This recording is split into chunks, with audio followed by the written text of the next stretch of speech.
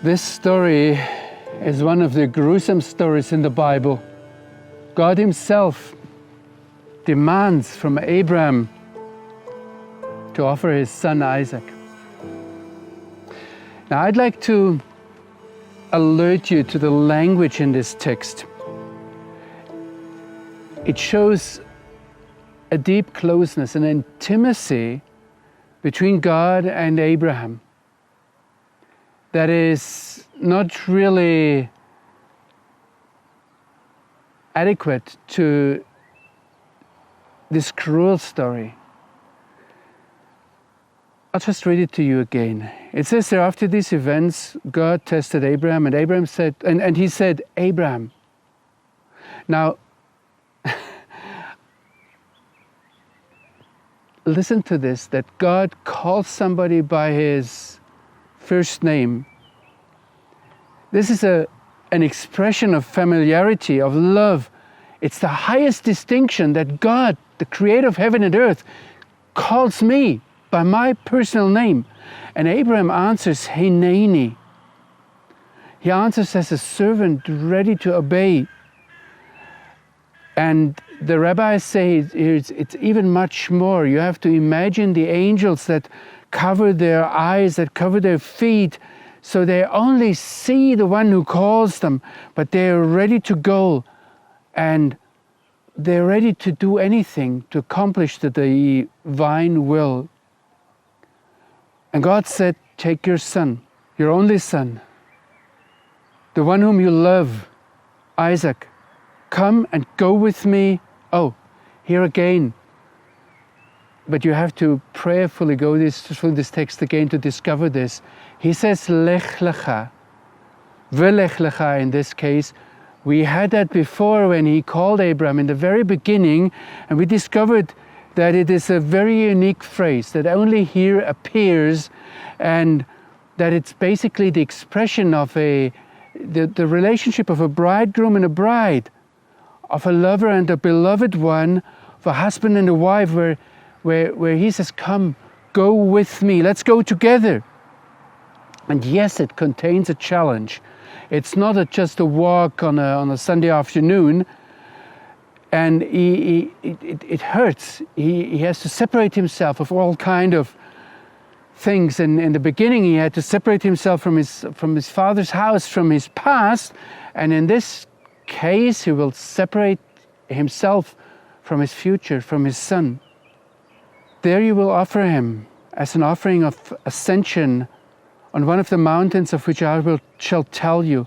And Abraham rose early in the morning. You see, he doesn't sleep in, he doesn't take whatever he times, he doesn't like the command. It's as if it's something pleasant he got. He rose early in the morning and took his two young men, his servants with him, and Isaac his son. And then it says, he cut wood for the offering of ascension. Before he took the donkey. And you know, it's interesting, he doesn't tell his servants, now you do it. And what the rabbis observe here, that if there's a lot of love, that messes up all hierarchy. Abraham, for his beloved one, is able to do the lowest service of a servant. And then he got up and went to the place of which the one true God had told him. And the third day, Abraham lifted up his eyes and saw the place from afar, somewhere from around here.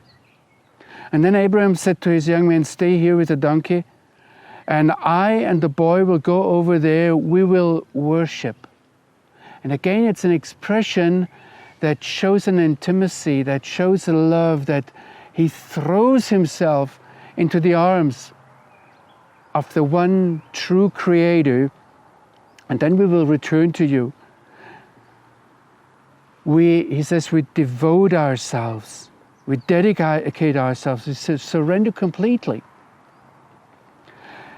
And Abraham took the wood and the offering of ascension, for the offering of ascension, and put it on Isaac his son, and he took it in his hand, the fire and the knife.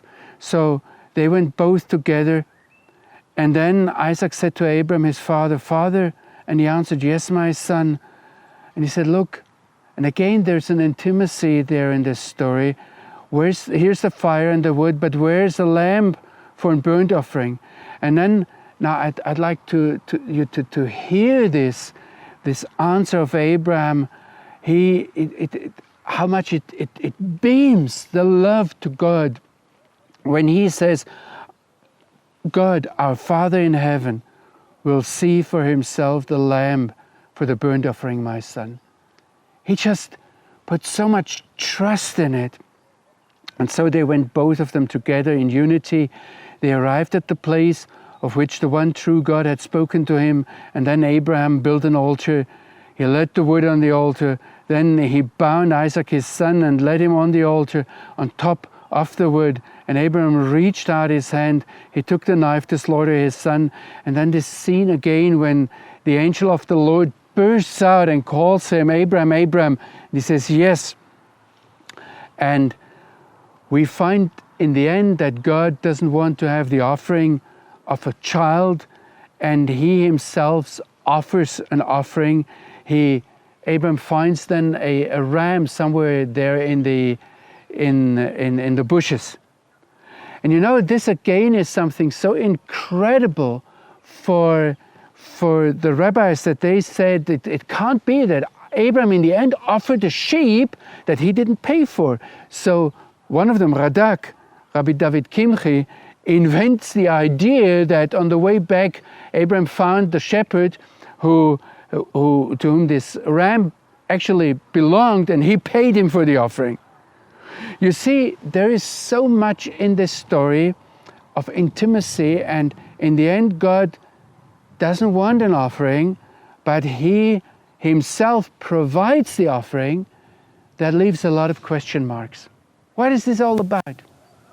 And the message is indeed not just that God doesn't want our children to be offered up, to be sacrificed for him, but God doesn't want anything from us.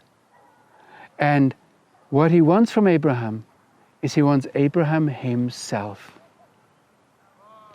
And this is very much the story, the message of the Bible, that God doesn't want us to sacrifice anything, to bring up an offering, but he wants, I have to say it that way, because he will call your name, he will call my name. He wants you, he wants me, ourselves. And that's the message of this story.